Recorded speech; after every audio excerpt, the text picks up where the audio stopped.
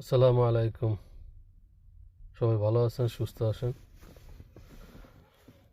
আমরা সবাই কথা বলি, শুধু কথা কথা কথা ঝুরি। কাজ করার দরকার, আমাদের কাজের লোক দরকার, কথার লোক আর দরকার নেই।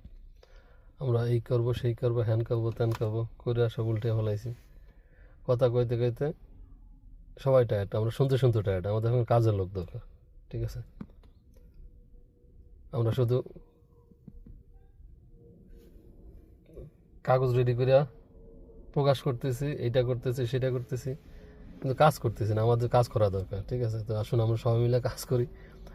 আমি করি, আপনি করেন, প্রতিষ্ঠান করুক, সমাজ করুক, জাতি করুক, সবাই কাজ করলে পরিবর্তন হবে। শুধু কাজ, আর কিছু না। কথা কম, কাজ বেশি।